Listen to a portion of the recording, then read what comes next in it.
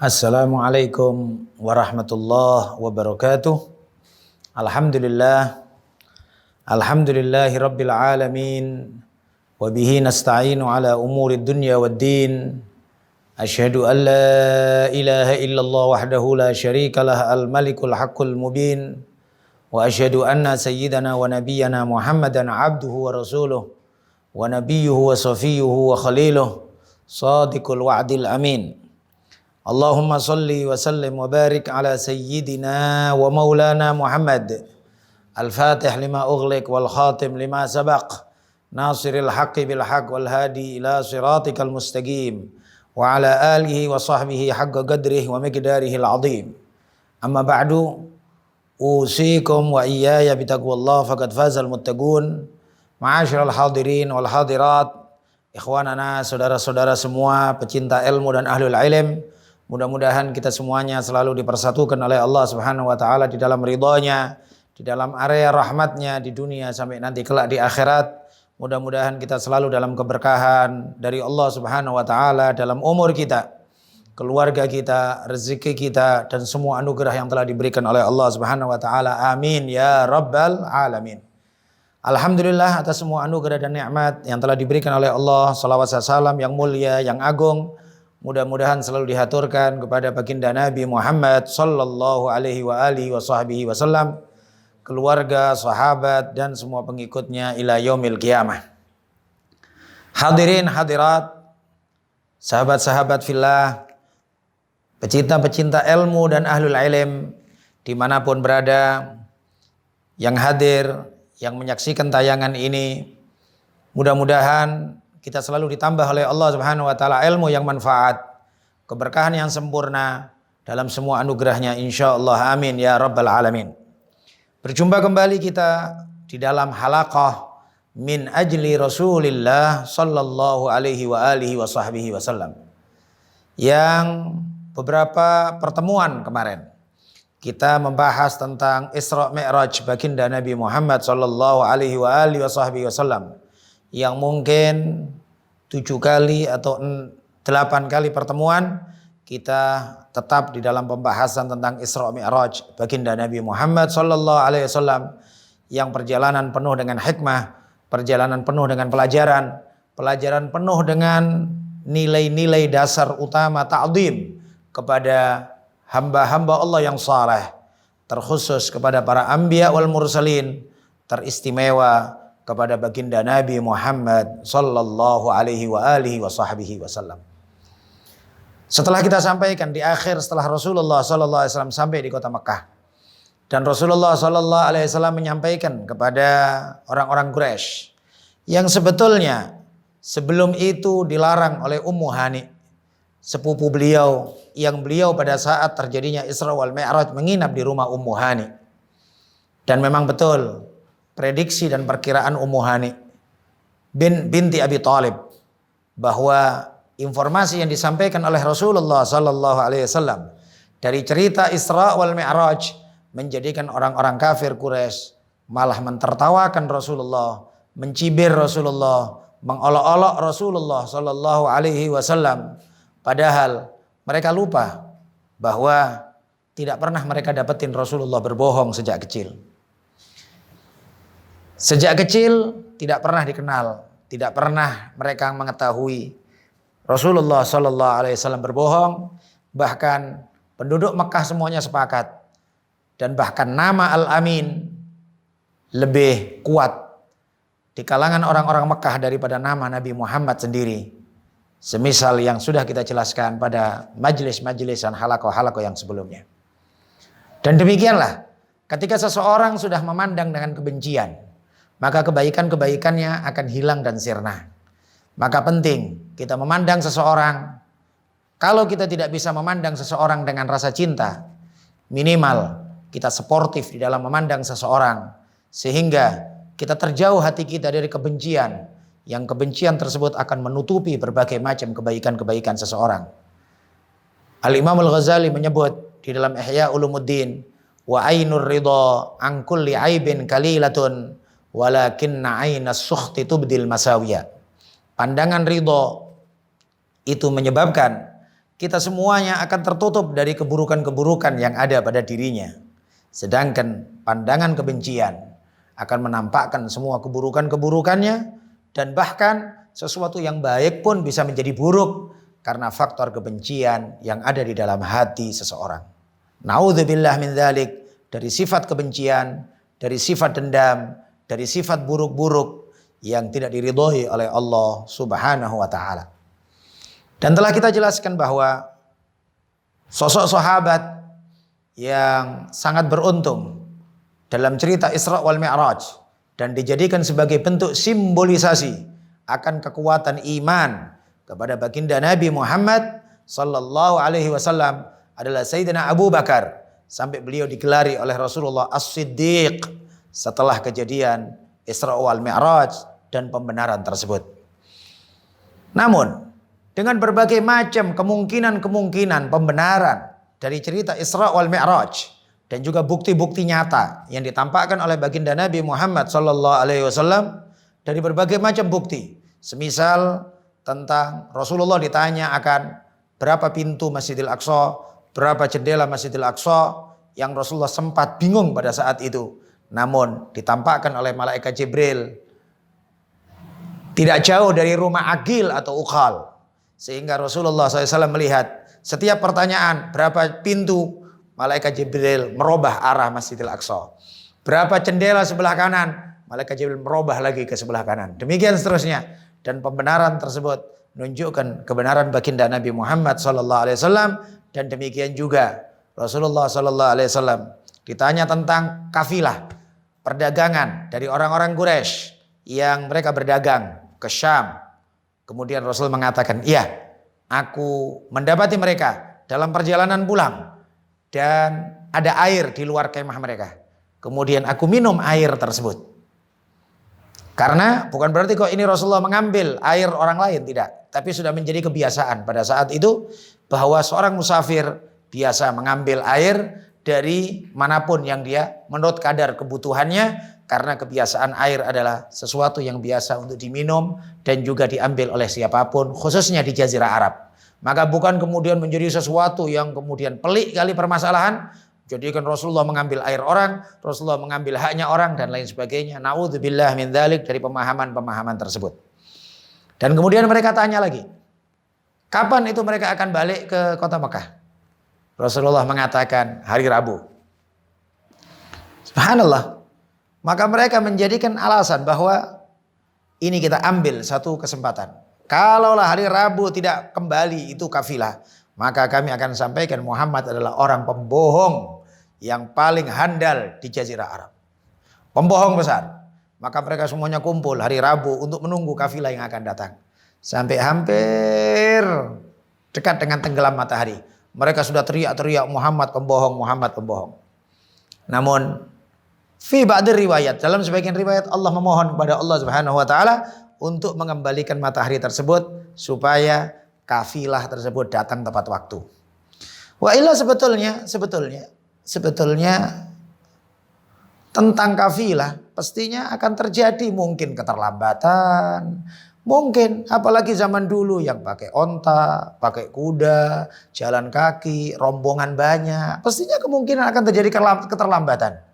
Namun sebagai bentuk mukjizat dari Allah Subhanahu wa taala untuk baginda Nabi Muhammad sallallahu alaihi wasallam, dan juga beberapa kali kejadian Rasulullah sallallahu alaihi wasallam mengembalikan matahari. Di antaranya hadis yang sahih adalah ketika perang Khaybar, yaitu Rasulullah sallallahu alaihi wasallam mengembalikan matahari beberapa tinggi sedikit untuk sholat asarnya Sayyidina Ali bin Abi Thalib. Hadis tersebut sahih. Ketika kejadian perang Khaybar, Sayyidina Ali bin Abi Thalib terlupakan akan sholat asar sehingga hampir tenggelam matahari. Kemudian di antara doa Rasulullah, Allahumma inna aliyan fi khidmati nabiyik. Wahai Allah, sesungguhnya Ali bin Abi Thalib berada di dalam khidmah nabimu. Maka kembalikan matahari untuk supaya dia sholat untukmu. Maka dikembalikan oleh Allah Subhanahu wa taala matahari tersebut. Maka ada beberapa riwayat tentang masalah Radus Syams. Di antara mukjizat Rasulullah sallallahu alaihi wasallam adalah mengembalikan matahari dari tenggelam kembali ke. Maka kemudian saat kembali itu matahari dan kemudian hampir tenggelam matahari, satu orang mengatakan gharabatis syams, satu orang lagi mengatakan aqbalatil air. Matahari tenggelam, satu berteriak kafilah udah nampak. Maka shadaqa Rasulullah sallallahu alaihi wasallam. Rasulullah adalah as-sadiqul masduq. Tidak mungkin Rasulullah sallallahu alaihi wasallam bohong dalam semua yang dikhabarkan, yang semua disampaikan oleh baginda Nabi Muhammad sallallahu alaihi wasallam, baik urusan agama, baik urusan dunia, baik urusan akhirat. Ma'asyiral hadirin wal hadirat ikhwanana, saudara-saudara yang dimuliakan oleh Allah Subhanahu wa taala. Di antara kejadian setelah Isra wal Mi'raj adalah kejadian Bai'atul Aqabah yang pertama. Dikenal Bai'atul Aqabah yang pertama yang sebetulnya sebelum Isra wal Mi'raj pernah terjadi, tapi belum sampai dianggap sebagai bai'at. Maka di sini perbedaan pendapat sebagian ulama tentang apakah Bai'atul Aqabah 2 kali atau 3 kali. Kebanyakan sejarah menyebut 2 kali. Kalau sebutan Aqabah, sebutan Bai'atul Aqabah 2 kali. Karena Aqabah itu adalah, yang dimaksud adalah tempat dekat sama lembah gunung di Mina. Itu namanya Aqabah. Sedangkan pertemuan pertama Rasulullah Sallallahu Alaihi Wasallam dengan orang Ansor pertama kali ketemu sebelum Isra wal Mi'raj di tahun ke-11 kenabian. Jadi beberapa saat sebelum Isra wal Mi'raj, Isra wal Mi'raj tahun 12, tahun 13 kenabian baru mulai hijrah. Sebelum Isra wal Mi'raj, Rasulullah SAW berjumpa dengan beberapa orang. Dalam riwayat disebutkan 6 orang dari orang Khazraj. Kabilah Khazraj adalah salah satu kabilah besar di Yathrib atau kota Madinah. 6 orang inilah yang pertama kali dari orang Madinah yang masuk Islam. As-sabiqun al-awwalun dari orang Ansor. 6 orang. Di antaranya Sayyidina As'ad bin Zurarah bin Udas. Di antaranya lagi Sayyidina Auf bin Malik. Di antaranya lagi Sayyidina Mu'ad bin Afra. Dan beberapa sahabat yang dikenal mereka adalah sahabat-sahabat mulia. Khususnya yang lebih dikenal Sayyidina As'ad bin Zurarah. Bahwa Sayyidina As'ad bin Zurarah adalah orang yang pertama kali ngumpulin orang untuk sholat Jumat di kota Madinah sebelum Rasulullah. Sebelum Rasulullah. Jadi sebelum Rasulullah hijrah ke kota Madinah sudah ada sholat Jumat. Dan pertama kali yang membuat adalah Sayyidina As'ad bin Zurarah. Sehingga diriwayatkan dari Sayyidina Abdurrahman. Sayyidina Abdurrahman bin Malik. Ya. Di antaranya beliau selalu mengantar ayahnya, yaitu Sayyidina Malik bin Auf. Di antara 3 sahabat yang disebut oleh Allah Subhanahu wa taala taubatnya secara khusus diterima oleh Allah dalam surat At-Taubah. Wa 'alal thalathatil ladzina khulifu hatta idza dhaqat 'alaihimul ardu bima rahubat. Sayyidina Hilal, Sayyidina Malik, Sayyidina Ka'ab, Sayyidina Ka'ab. Sayyidina Abdurrahman bin Ka'ab bin Malik. Sayyidina Abdurrahman ini cerita bahwa aku selalu nganter ayahku kalau Jumatan. Dan setiap Jumatan ayahku selalu mendoakan As'ad bin Zurarah. Aku bertanya kepada ayahku, kenapa setiap Jumat engkau selalu mendoakan As'ad bin Zurarah, wahai ayah?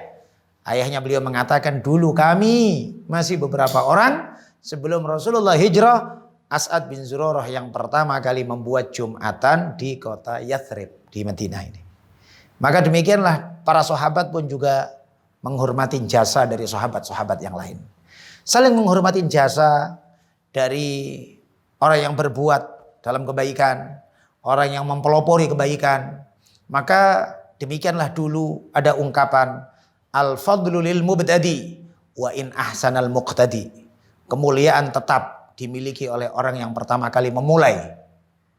Meskipun yang datang setelahnya berbuat lebih baik.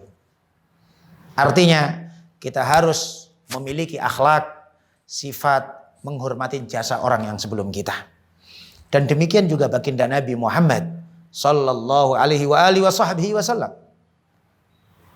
Dari sisi kemuliaan pastinya Rasulullah lebih mulia dari semuanya, dari seluruh para anbiya. Tapi Rasulullah juga menyebut dan menghormati para anbiya sebelumnya dengan kehormatan dan juga kemuliaan yang setinggi-tingginya.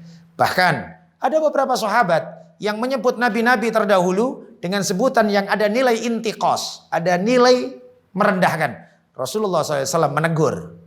Di antaranya saat seorang sahabat berbicara akan kemuliaan Rasulullah SAW sehingga seakan-akan merendahkan Sayyidina Yunus yang dimakan ikan. Rasulullah SAW bersabda, la tufaddiluni ala Yunus bin Matta. Jangan kalian mulia-muliakan aku dibandingkan dengan Yunus bin Matta. Hadis Rasulullah ini, sabda Rasulullah, bukan berarti Nabi Yunus lebih mulia daripada Rasulullah. Tidak mungkin. Karena sudah menjadi kesepakatan seluruhnya, baik dalam Al-Quran atau hadis, bahwa Rasulullah SAW adalah yang termulia dari seluruh Nabi. Namun Rasulullah SAW tidak mau sahabatnya, umatnya merendahkan sosok para anbiya wal mursalin yang telah memberikan jasa besar kepada dakwah ini, yang telah berdakwah sebelum baginda Nabi Muhammad sallallahu alaihi wasallam, yang sebetulnya hakikatnya para anbiya pun mereka adalah wakil dari Rasulullah sallallahu alaihi wasallam, bintang-bintang yang menyinari bumi. Namun saat Rasulullah muncul, saat Rasulullah sallallahu alaihi wasallam diutus, saat Rasulullah sallallahu alaihi wasallam ditampakkan oleh Allah Subhanahu wa taala ke alam duniawi ini, ditamtsilkan semisal kalau muncul matahari, maka bintang-bintang pun akan sirna. Demikianlah Al-Busiri, beliau mengatakan ka'annahu wa huwa syamsu fadlin hum kawakibuha yudhirna anwaraha linnasi fid dulami. Sesungguhnya Rasulullah SAW adalah syamsu fadlin, matahari keagungan, matahari kemuliaan. Hum kawakibuha, para anbiya adalah bintang-bintangnya. Yudhirna anwaraha, bintang-bintang tersebut memberikan cahaya linnasi fid dulami, kepada manusia di masa gelap. Namun di saat muncul baginda Nabi Muhammad sallallahu alaihi wasallam, maka tidak ada nabi lagi. Oleh sebab itu, tidak ada nabi setelah baginda Nabi Muhammad sallallahu alaihi wasallam, dengan kepastian sabda Rasulullah, la nabiyya ba'di, tidak ada nabi setelahku. Setinggi-tinggi wali, setinggi-tinggi derajatnya orang soleh, setinggi-tingginya orang yang memiliki keistimewaan apapun, dia tidak mungkin menjadi nabi dari umat ini. Bahkan seorang nabi, seorang rasul ulul azmi yang mulia, Nabi Isa alaihi salatu wassalam, nanti turun di akhir zaman. Beliau memiliki syariat sendiri, beliau memiliki kitab tersendiri. Namun ketika turun di akhir zaman, beliau mengambil syariat baginda Nabi Muhammad sallallahu alaihi wa alihi wa sahbihi wasallam. Tadi kita sampaikan bahwa Rasulullah SAW sebelum Isra wal Mi'raj jumpa dengan 6 orang dari orang Khazraj di Marwah. Marwah itu masih, kalau sekarang di area Masjidil Haram, Safa Marwah. Jadi masih di area Mekah. Adapun Bai'atul Aqabah terjadi di Mina. Pertama dan yang kedua. Sehingga ada yang mengatakan bai'at pertama 6 orang, Bai'atul Aqabah pertama yang disebut pertemuan kedua dengan 12 orang. Bai'atul Aqabah kedua yang itu adalah pertemuan ketiga, 72 laki-laki dan 3 orang wanita. Kemudian setelah itu tidak ada bai'at lagi sampai Rasulullah SAW hijrah ke kota Madinah. Demikian ringkasan dari sejarah tentang masalah bai'at ini. Dan 6 orang ini yang berjumpa dengan Rasulullah SAW di Marwah pertama kali sebelum Isra wal Mi'raj, mereka mencukur rambut mereka setelah umroh. Kemudian Rasulullah melihat, nampak wajah-wajah mereka adalah wajah-wajah orang baik. Kemudian Rasulullah bertanya, dari manakah kalian? Mereka mengatakan, kami dari Khazraj. Kemudian Rasulullah mengatakan, wa min mawalil Yahud, orang-orang dekatnya orang Yahudi di kota Yathrib. Mereka mengatakan, iya. Kemudian Afala ukallimukum, bolehkah aku ngajak ngomong sama kalian? Maka diperkenankan mereka sambil nyukur rambut. Dalam riwayat tersebut mereka sambil cukur rambut setelah umroh di Marwah, setelah sa'i. Kemudian Rasulullah menyampaikan akan kerasulan dan kenabian beliau. Fahamasa ba'duhum ba'dha. Sebagian lagi berbisik dengan sebagian yang lagi. Inilah nabi yang dikabar-kabarin sama orang Yahudi dan kita ditakut-takutin sama orang Yahudi bahwa kita akan dihabisin sama orang Yahudi setelah datangnya nabi akhir zaman. Fala yasbiqannakumul yahud. Jangan sampai orang Yahudi mendahuluin kalian. Ayo kita beriman semuanya. Dan memang orang Yahudi kalau terjadi persengketaan dengan orang-orang Yathrib, orang Yahudi itu selalu mengatakan, nanti akan datang sebentar lagi nabi akhir zaman yang kami akan mengikuti dan kami akan menghabisin kalian semuanya sehabis-habisnya. Nastasilkum, kami habisin kalian total, habis semuanya. Sehingga disebutkan orang Yahudi memang bahkan kebanyakan orang Yahudi berada di kota Madinah, Yathrib, dan di sekitar-sekitar Yathrib. Semisal kabilah Quraidah, Bani Quraidah, kabilah yang ada di Khaybar, kabilah suku-suku Yahudi yang banyak di sekitar kota Madinah. Banyak ahli sejarah mengatakan mereka sengaja tinggal di sekitar kota Madinah karena mereka tahu bahwa Nabi akhir zaman akan hijrah ke kota Madinah. Subhanallah ya. Mereka niatnya sudah dari atuk-atuknya udah niat kepingin dekat dan iman sama Nabi Muhammad SAW. Tapi Allah tidak meridhoin akhlak mereka. Allah tidak suka dengan akhlak mereka yang mengancam orang akan menghabisi, yang kemudian ingin mendolimi orang, mau menghabisin orang, memusuhi orang. Sifat dengkinya mereka kepada orang penduduk asli Madinah dirubah oleh Allah Subhanahu wa taala, padahal mereka mengerti akan kebenaran baginda Nabi Muhammad sallallahu alaihi wasallam, malah mereka menjadi benci sebenci-bencinya sama Nabi Muhammad, padahal mereka mengenal Nabi Muhammad semisal mereka mengenal anaknya sendiri. Ya'rifunahu kama ya'rifuna abna'ahum. Mereka mengenal Nabi Muhammad seperti mereka mengenal nabinya sendiri. Bahkan disebutkan di dalam Al-Qur'an, wa kanu yastaftihun alladzina kafaru falamma ja'ahum ma'arafu kafaru bih. Dulu mereka itu kalau berperang, mereka itu bertawassul dengan Nabi Muhammad SAW, Nabi akhir zaman. Dalam sebagian tafsir disebutkan, sampai kita teringat beberapa nama-nama Nabi Muhammad SAW dalam kitab Taurat. Di antara nama Nabi Muhammad Al-Musaffah, Al-Faraqlid, Al-Munhamanah. Beberapa nama-nama Nabi dalam bahasa Ibrani. Dalam bahasa Ibrani. Dalam kitab Taurat disebutkan beberapa nama, dalam tafsir disebutkan Al-Faraqlid, Al-Munhamanah, Al-Musaffah, Madmid. Salah satu nama Nabi Muhammad SAW dengan bahasa Ibrani. Pastinya nama Nabi Muhammad SAW sangatlah banyak. Semua orang, semua suku menyebut nama Nabi Muhammad SAW. Sayyidina yang pengarang Sayyidina Sulaiman Al-Jazuli, yang pengarang Dalailul Khairat, menyebut nama Nabi Muhammad SAW di Muqaddimah Dalailul Khairat lebih dari 200 nama. Lebih dari 200 nama. Nama Nabi Muhammad SAW. Banyaknya nama itu menunjukkan mulianya orang di kalangan orang Arab ya. Di kalangan orang Arab. Beda kalau di Indonesia ya. Kalau di Indonesia banyaknya nama menunjukkan kalau dia penjahat. Nah gitu ya. Kalau di polisi kan gitu ya. Alias. Banyak kali namanya alias ini ya. Kalau di kalangan orang Arab banyaknya nama menunjukkan kemuliaan yang tinggi di sisi Allah Subhanahu wa taala. Dalam tafsir disebutkan tentang tafsir ayat ini bahwa dahulu orang-orang Yahudi ketika mereka akan berperang itu mereka membuka kitab Taurat yang ada nama Nabi Muhammad tadi, Musaffah, Faraqlid, Munhamanah, Madmid. Mereka sebut satu-satu bahwa kita nama Nabi Muhammad ditunjuk sambil nunjuk-nunjuk ke atas langit. Nama Nabi Muhammad, umpamanya kitab ini ada nama Nabi Muhammad SAW kemudian ditunjuk-tunjuk ke atas langit. Nama-nama ini. Inilah mereka mengharapkan untuk kemenangan dalam peperangan dengan menyebut dan juga bertawassul dengan baginda Nabi Muhammad SAW. Maka Allah Subhanahu wa taala mempersiapkan. Orang-orang kafir Quraisy tidak mau beriman, Allah mempersiapkan orang-orang Ansor. Agama ini pasti akan jaya.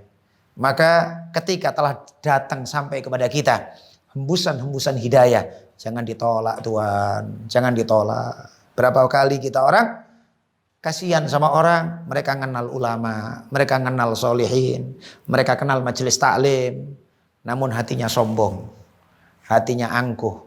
Mereka menolak itu semuanya sampai akhirnya mereka tetap dalam kesesatan, mereka tetap dalam bergelimang di dalam kelalaiannya dan kemaksiatannya sampai akhirnya mati dalam keadaan naudzubillah min dzalik, jauh dari ilmu, jauh dari ibadah. Maka hembusan hidayah yang diberikan oleh Allah Subhanahu wa taala jangan ditolak. Dan pasti Allah Subhanahu wa taala menyiapkan untuk agama ini orang-orang yang berjuang, orang-orang yang mau berkorban untuk agama ini, sebagaimana Allah Subhanahu wa taala telah mempersiapkan orang-orang Yathrib yang mereka datang tidak ada tujuan untuk jumpa sama Nabi Muhammad sallallahu alaihi wasallam, namun mereka didatengin oleh Rasulullah dan diajak ngobrol sampai akhirnya 6 orang inilah awal muasal orang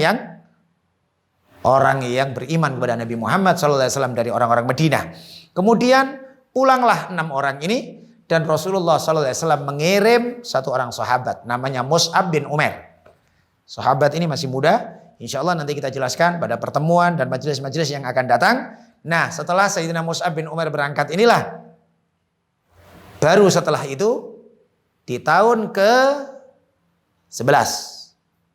tahun ke-12 dari kenabian. Kejadian Isra wal Mi'raj bulan Rajab. Bulan Rajab 27. Rajab. Kemudian Syaban, Ramadan, Syawal, Dzulqa'dah, Dzulhijjah, Haji. Nah, di haji inilah terjadinya Bai'atul Aqabah pertama yang kita sebutkan, pertemuan kedua untuk orang Ansor sama Rasulullah yang terjadi di sekitaran Mina, karena mereka setelah haji mereka kemudian istirahat di Mina, disebutkan dalam riwayat fi ausat ayyamit tasyrik, di pertengahan hari-hari tasyrik. Karena memang sampai sekarang pun juga syariat haji tanggal 10, 11, 12, 13 Dzulhijjah jamaah haji berada di Mina. Maka di pertengahan mereka kumpul di Mina itulah terjadi Bai'atul Aqabah yang pertama atau pertemuan kedua dari orang Madinah dengan baginda Nabi Muhammad SAW dibarengin oleh Sayyidina Mus'ab bin Umair. Mudah-mudahan insya Allah kita mendapatkan keberkahan dari semua sahabat insya Allah, terkhusus as-sabiqun al-awwalun. Mudah-mudahan kita semuanya mendapatkan percikan barokah dari nilai as-sabqiyah, nilai mendahului dalam semua kebaikan. Nabi bersabda, fi kulli qarnin min ummati as-sabiqun. Setiap abad dari umatku ada as-sabiqun al-awwalun. Setiap abad pasti ada sabiqun. Yang dimaksud sabiqun di sini pastinya banyak hal. Apakah as-sabiqun dalam dakwah? Apakah as-sabiqun di dalam membuat semangat orang? Sebagaimana sabda Rasulullah juga demikian, innallaha yab'ats li ummati fi kulli ra'si mi'ati amin, fi kulli ra'si mi'ati sana man yujaddid amra diniha. Sesungguhnya Allah akan mengutus untuk umatku di setiap awal 100 tahun orang yang akan mentajdid agama ini. Mujaddid, orang yang akan memperbaharui agama. Yang dimaksud memperbaharui agama adalah orang yang membuat semangat baru, orang yang membuat gebrakan baru. Bukan berarti membuat syariat baru atau hukum-hukum baru, bukan. Cuman membuat masyarakat menjadi semangat kembali. Hidup kembali ilmu, hidup kembali ibadah, ketaatan kepada Allah Subhanahu wa taala dan berbagai macam dari nilai-nilai sabqiyah. Ada juga sebagian ulama yang mengartikan setiap abad dari umatku, setiap kurun dari umatku ada as-sabiqun. Sebagian ulama mengarahkan kepada as-sabiqun ila sholatil jamaah, yang mendahului orang-orang lain di dalam urusan sholat berjamaah. Sehingga orang yang sebelum adzan sudah ada di masjid, mereka lah as-sabiqun di setiap masa. Dan dengan berbagai macam dari pendapat-pendapat para ulama, mudah-mudahan kita semuanya diperkenankan oleh Allah Subhanahu wa taala memiliki nilai as-sabqiyah, nilai mendahului dalam semua kebaikan yang diridhoi oleh Allah Subhanahu wa taala. Mudah-mudahan majelis ini, halaqah ini diridhoi oleh Allah Subhanahu wa taala dan memberikan arti yang sangat positif untuk menambah keimanan kita, kecintaan kita, ta'zim kita, kerinduan kita kepada baginda Nabi Muhammad sallallahu alaihi wasallam. Sehat walafiat semuanya insyaallah. Berjumpa kembali di halaqah-halaqah berikutnya, masih tetap di dalam halaqah min ajli Rasulillah sallallahu alaihi wasallam. Hadza wal afu minkum. Assalamualaikum warahmatullahi wabarakatuh.